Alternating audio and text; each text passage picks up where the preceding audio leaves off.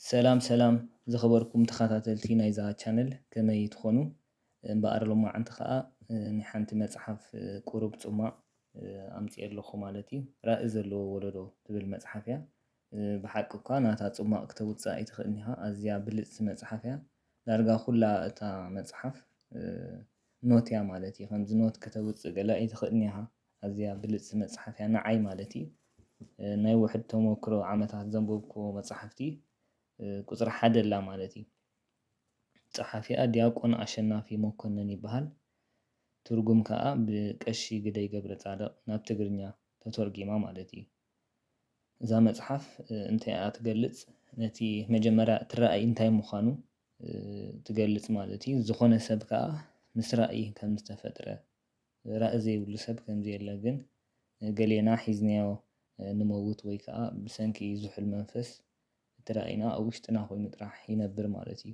ሓንቲ ከይተጠቐምናሉ ማለት እዩ ሕጂ እቲ ቀንዲ ክገልፆ ከሎ ማለት እዩ ራእይ ብዘይ እግዚኣብሔር ኣምላኽ ዘይከውን ምዃኑ ኩሉ ዝተተሓሓዘ ምዃኑ መጀመርያ ይገልፅ ማለት እዩ ድሓር ከዓ እቲ ናይ ብሓቂ ራእይ ዝበሃል ንኣብነት ሓንቲ ደስ ትብል ኣብነት እንታይ ኣላ ካብዛ መፅሓፍ ማለት እዩ ኣንስትሲ ብዛዕባ ሓንቲ ሰበይቲ ከብዳ ዝገጀፈ ማለት እዩ ይዝትያ ነይረን ጠኒሰ ኣይጠነሰትን ገለ ዛ ዓይነት ክትዕ ማለት እዩ ሕጂ እንድሕር ጥንስቲ ኮይና እቲ ቆልዓ ክውለድ ይማዓልታ ሓልዩ እንድሕር ስኢሉ ከብዳ ገጂፍሉ ከዓ ክጠፍእ እዩ ማለት እዩ ራእይ ከዓ ልክዕ ከምኣ ማለት እዩ ናይ ብሓቂ እንድሕር ራእይ ኮይኑ እቲ ተጀሚሩ ዘሎ ጀሚርካዮ ዘለኻ ክቕፅል እዩ ማለት እዩ ኢቭን ወላ ምስ ሞትካ እውን ይቕፅል እዩ እቲ ራእይ ማለት እዩ ናይ ብሓቂ እንድሕር ኮይኑ ሰባት ኣሚኖምሉ እንድሕር ነይሮም ከም በዓል ማርቲን ሉተር ኪንግ ማዘር ትሬዛ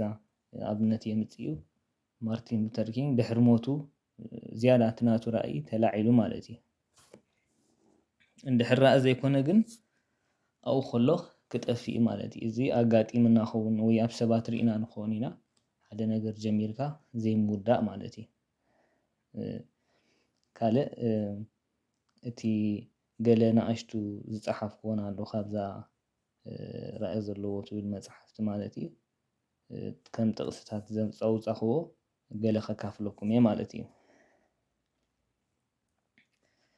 ኣብ ሂወት ፅቡቕ ኮይኑ ዝተሰማዓናን ርግፀኛታት ዝኾናሉ ነገር ብዕላማ ምጅማር ግቡእ እዩ ኣብ ሂወት ተማሂርካ ምንባር ኣይከኣልን እዩ እናተማሃርካ ግን ክንበር ይኽእል እዩ ራእይ ንኩሉ ናይ ምሕጓስ ዓቕሚ ኣይክህልዎን እዩ ክንዲቶም ዝቕበሉና ዝኣኽሉ ዝቃወሙና ክንፅባእ ኣለና ምክንያቱ ሰባት ፅቡቕ ስራሕ ዘይምስርሖም ጥራይ ዘይኮነ ንዝተሰርሐ ፅቡቕ ስራሕ ክቃወሙ እውን እዮም ዝፈትዉ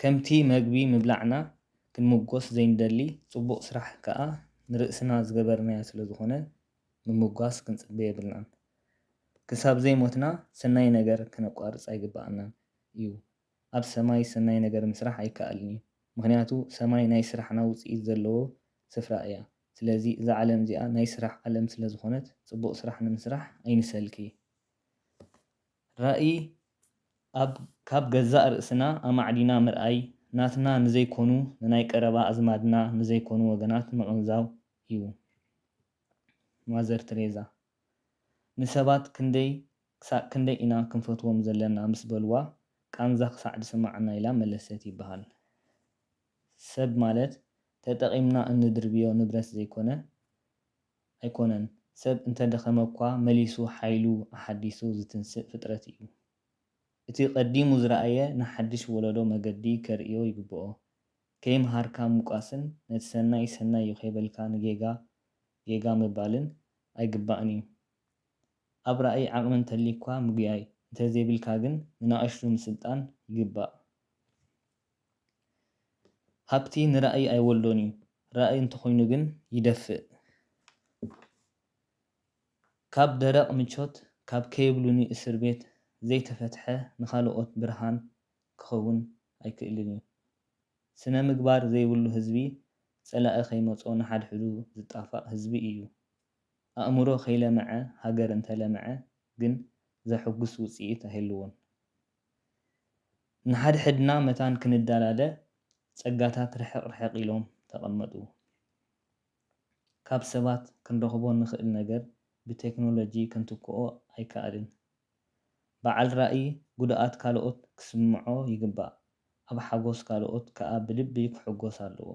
በዓል ራእይ ንሱ ዝፀዓረሉ ካልኦት ስሞም እኳ እንተ ተፀውዐ ስልማት እውን እንተበዝሓሎም ክጉሂ የብሉን።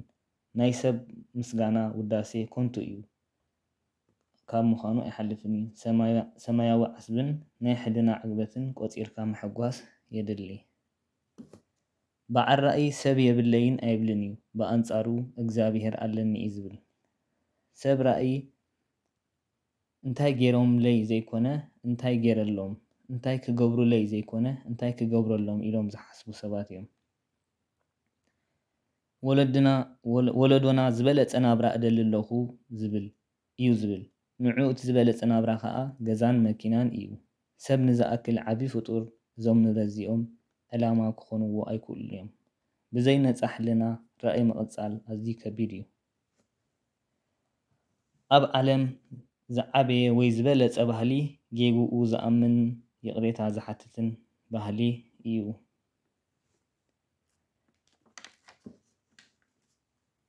ዓቕሚ እንተዝህልወኒ በዓል ራእይ ምኾንኩ ነይረ ኣይበሃልን እዩ። ራእይ እንብሎ ስምዒት እንተደኣ ኮይኑ ይጠፍእ። ራእይ እንተደኣ ኮይኑ ግን እናጎልሐ እዩ ዝመፅእ።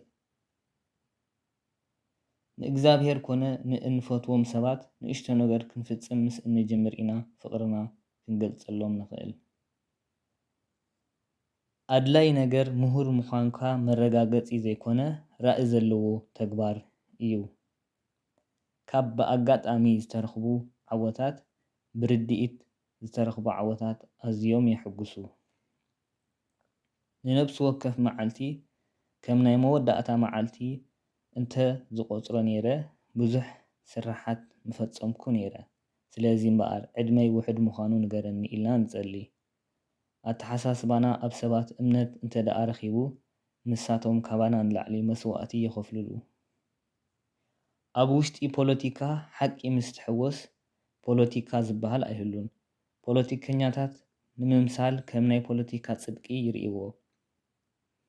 ራእይ ብዛዕባ ጎቦ ኣይሓስብን እዩ። ድሕሪ ጎቦ ንዘሎ ነገር ምርኣይ ግን ይኽእል እዩ። ዕንቅፋት ናይ ራእይ ሃብታም ወይ ድኻ ምዃን ዘይኮነስ ዕንቅፋት ዘኸትል ዝደንዘዘ መንፈስ እዩ። ጅግና ማለት ቀታሊ ሰብ ማለት ኣይኮነን። ጅግና ማለት ንገዛእ ርእሱ ምእንቲ ካልኦት መስዋእቲ ዘሕልፍ እዩ። መዝሓል መንፈስ ንራእይን ፀጋን የጥፍእ። ናይ ራእይ ሓቂ ንኽጉህር ግን ምንቅስቓስን ሕብረትን የድልዮ። ሓዊ ሓመድን ማይን ምስ ዝድፍኦ ይጠፍእ። ፀጋ ከዓ ድኹም ዝኾነ ምዝሓል መንፈስ ብኣጉል ፍርሕን ይጠፍእ። ምዝሓል መንፈስ እምበኣር ህልው ናይ ራእይ ዘጥፍእ ናይ ሞት መንፈስ እዩ።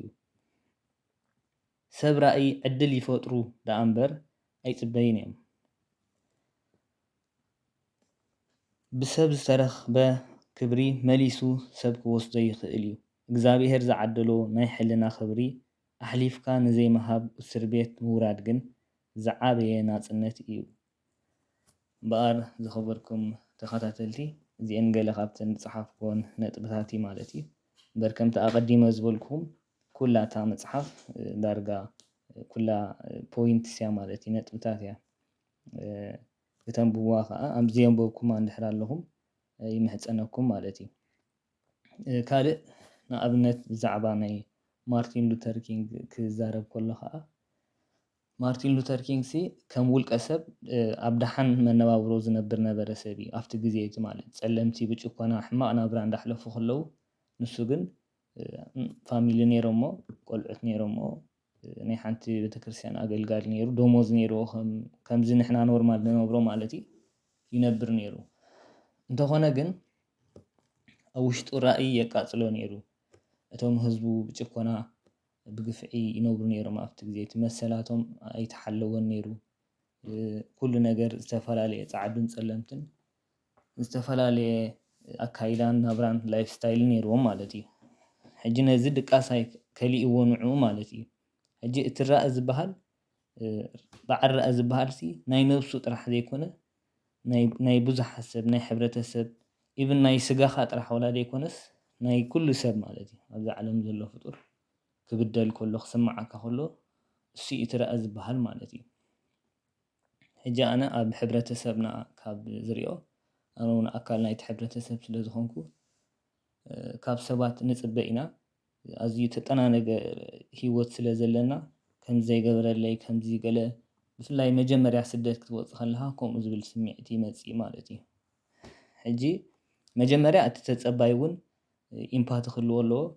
ኢምፓቲ ክብል ከለኹ ከምዚ ነቲ ትፅበዮ ዘለካ እንታይ ዓይነት ሂወት ነብር ኣሎ ብዛዕባ ዓሚቕካ ትፈልጥ ዲኻ ኣብ ከመይ ኩነታት ኣሎ ክትፈልጥ ኣለካ ናትካ ጥራሕ ክደሊ የብልካን ከምኡ ከዓ እቲ ዘይተገብረለይ ዝብል ዘሎ ማለት እዩ ዘይገበረ ዘሎ ማለት እዩ ምናልባት ራእ ዘይብሉ ክኸውን ይኽእል እዩ ማለት እዩ። እዚኣ ሕጂ እቲ ኣብ ውሽጥኻ ዘሎ ሓሳብ ገሊፃትለይ ንዓይ ማለት እዩ። ራእ ዘለዎ ሰብ ንብዙሓት እዩ ዝሓስብ ራእ ዘይብሉ እንተኮይኑ ግን ንዓይ ጥራሕ ይብል ማለት እዩ ወይ ስስዐ ወይ ከዓ በቃ ካብታ ናቱ ዓንኬል ኣይወፅን እዩ ማለት እዩ።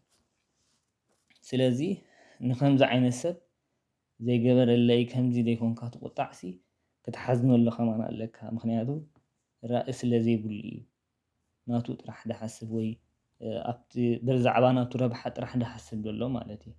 ስለዚ ካብ ትፈርዶ ትድንግፀሉ ወይ ንራእይኡ ከመይ ገይሩ ክረክቦ ትሕግዞ ንስኻ ከዓ ባዕልካ ኣብነት ትኾኖ ማለት እዩ። በዓል ራእ እንድሕር ኮንካ ንብዙሓት ትሓስብ ናይ ብዙሕ ሰብ ናይ ህዝቢ ክትሓስብ ትጅምር ማለት እዩ። ናይ ናትካ ጥራሕ ናፅነት ናይ ደቅኻ ዘይኮነ ናይ ሕብረተሰብ ክዓቢ ክትሓስብ ማለት እዩ። እዚኣ ናተይ ርእይቶ ኣወሳቢለ ኣብ መንጎ ስለ ዝሰማዕኹምኒ ብጣዕሚ እየ ደመስግን። ደሓን ኩኑ።